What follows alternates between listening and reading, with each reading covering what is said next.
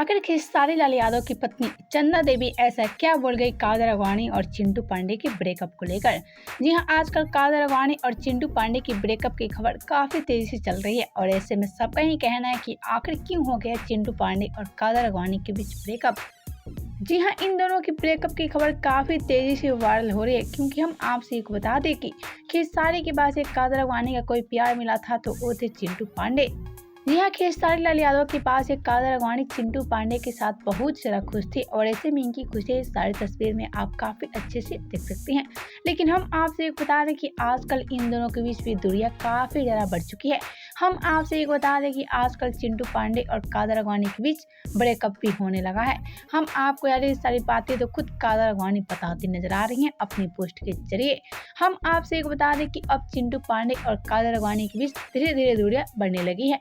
लेकिन एक तरफ चिंटू पांडे और कादर अडवाणी के बीच बढ़ती दूरियां को लेकर खेसारी की पत्नी चंदा का आया बड़ा बयान। आइए आपसे को हम बता देते हैं। तो जैसा कि हम आपको बता दें, जैसे चंदा देवी कादर अडवाणी और चिंटू पांडे की ब्रेकअप की खबर सुनी, उसके बाद से चंदा बहुत ज्यादा खुश हो गई। जी हाँ, चंदा का कहना था कि कादर अडवाणी मेरे पति खेसारी का भी दिल तोड़ा था और ऐसे में खेसारी तो उस वक्त काफी ज्यादा डिप्रेशन में चले गए थे और ऐसे मेरे पति खेसारी को धोखा देने का इल्जाम कादर अडवाणी को काफी अच्छे से मिल गया। वह तो ये सारी बातें बोलती नजर आई खेसारी की पत्नी कादर अडवाणी और चिंटू पांडे के विवाद को लेकर।